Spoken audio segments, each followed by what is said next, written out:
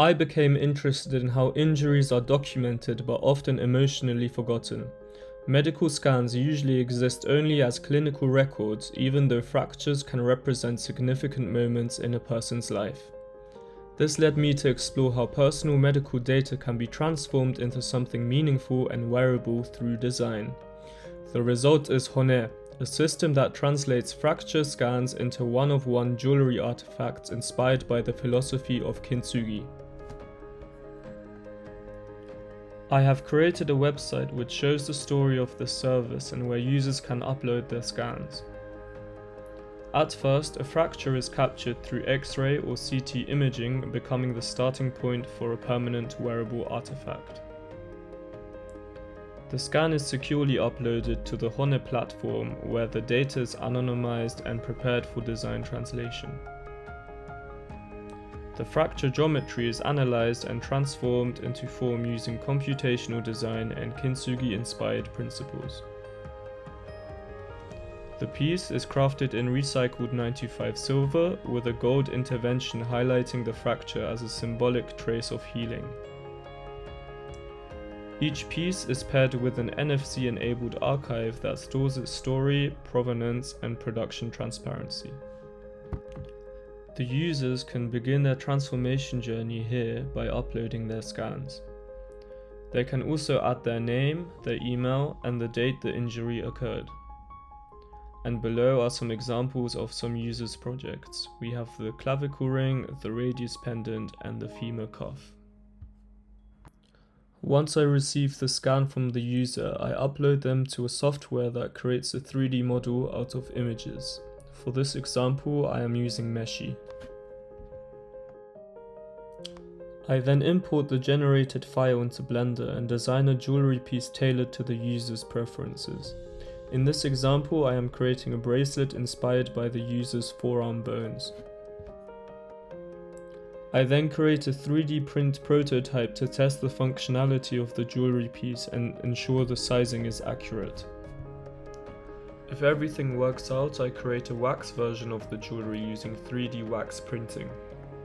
This is then placed inside a flask and covered with heat-resistant plaster. The mold is heated in a kiln, melting the wax and leaving a hollow cavity where molten silver is poured into.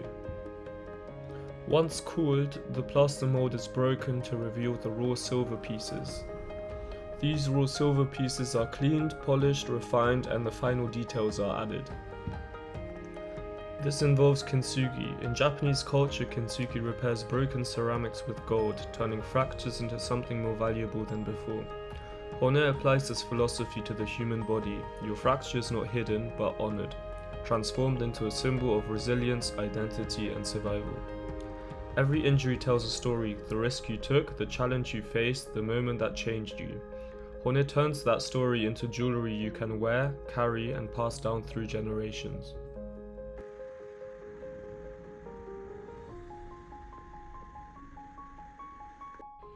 Every jewelry piece comes with a box embedded with an NFC chip that users can scan for traceability. Once scanned, it brings the user to this website where they can see the transparency of their unique jewelry piece.